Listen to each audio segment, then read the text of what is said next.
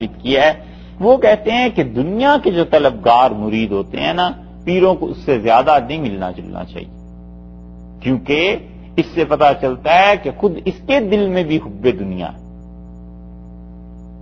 بہت سے مشائخ کے یہاں عام آدمی جاتا ہے، غریب آدمی جو اللہ کا نام واقعی لینا چاہتا ہے، اس کی کوئی قدر نہیں،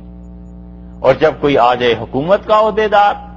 اور اگر کوئی آ جائے اور ایسا آدمی، پھر اس کی خوب قدر ہوتی ہے۔ پتا ہوتا ہے کہ یہاں سے پیسے آ جائیں گے، اس سے بنا کر رکھیں گے تو 4 مرید اور بھی اس کے کام آ جائیں گے، اور نتیجہ ان ساری حرکتوں کا یہ نکلتا ہے کہ وہاں پر جو مرید جمع ہو جاتے ہیں ان کی آپس میں کمپنیاں کھل جاتی ہیں، وہ آپس میں ایک دوسرے سے بزنس کرنے لگتے ہیں، اور شیخ کے پاس جس کام کے لیے گئے تھے وہ سب بھول بھال جاتے ہیں۔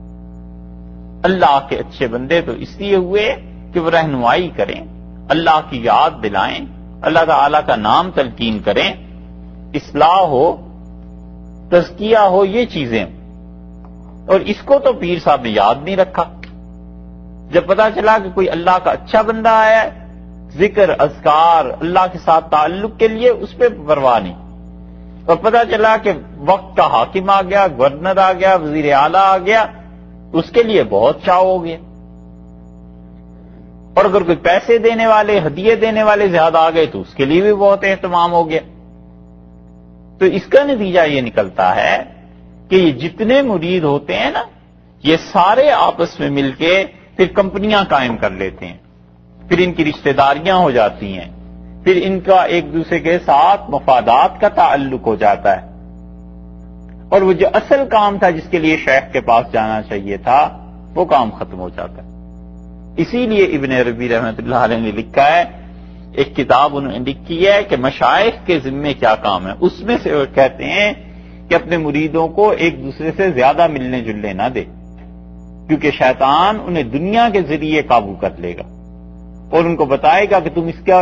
اہتمام کرو، یہ تمہاری حفاظت کریں، اور اللہ کی یاد بیچ میں سے گول ہو جائے۔ اتنا اہتمام اکابر اس کا کرتے تھے کہ قاری طیب صاحب رحمۃ اللہ علیہ اتنی بڑی شخصیت تھے، 50 سال دارالعلوم دیوبند کا اہتمام تھا ان کا، اور جب انہیں بنایا ہے محتمم تو بڑے بڑے اکابر زندہ تھے۔ وہ کہتے تھے کہ ہم مولانا تھانوی رحمۃ اللہ علیہ کے ہاں چلے گئے، حضرت کے ہاں، اور مفتی محمد شفیع صاحب رحمۃ اللہ علیہ بھی آئے ہوئے تھے، اور مفتی محمد شفیع صاحب رحمۃ اللہ علیہ دارالعلوم دیوبند کے مفتی تھے اس وقت، اور دونوں جوان، اور دونوں ہی حضرت کے مرید۔ اور مولانا تقی عثمانی صاحب کا نام آپ نے سنا ہی ہوگا، ان کے والد کا ذکر ہے مفتی محمد شفیع صاحب رحمۃ اللہ علیہ کا۔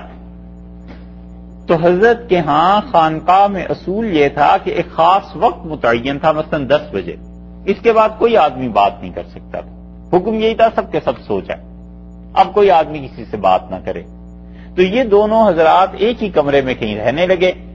اور رات کو دیر تک باتیں کرتے رہے۔ باتیں انہوں نے کیا کرنی تھی؟ علمی مسئلہ، کہ فلاں پہ کس نے لکھا ہے، فلاں پہ کس نے لکھا ہے، فتویٰ کیا ہونا چاہیے۔ دونوں اتنے بڑے بڑے لوگ تھے،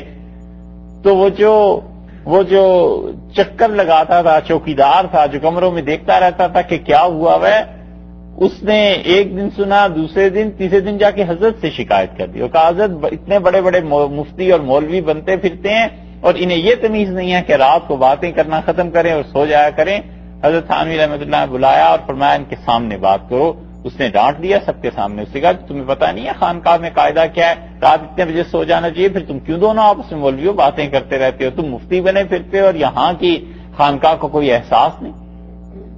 یہ سب کیا چیزیں تھیں؟ یہ تربیت کے مراحل تھے۔ اسی لیے وہ جو تربیت کی اس کٹھالی سے بن کر نکلے ہیں، تو اللہ نے اتنا بڑے کام ان سے لیے ہیں۔ مفتی شفیع صاحب رحمۃ اللہ علیہ کی کتابیں آپ دیکھیے، تفسیر ان کی دیکھیے، اور ان کے صدقہ جاریہ جو دارالعلوم ہے، اللہ نے کس مقام پہ اسے رکھا ہوا ہے، اور ہمارے ملک میں بہت بڑے تعلیمی اداروں میں سے ایک ادارہ وہ شمار کیا جاتا ہے۔ یہ سب چیزیں اس لیے ہیں کہ اللہ کی یاد، اللہ کے ساتھ تعلق غالب رہا اور تربیت ہو گئی۔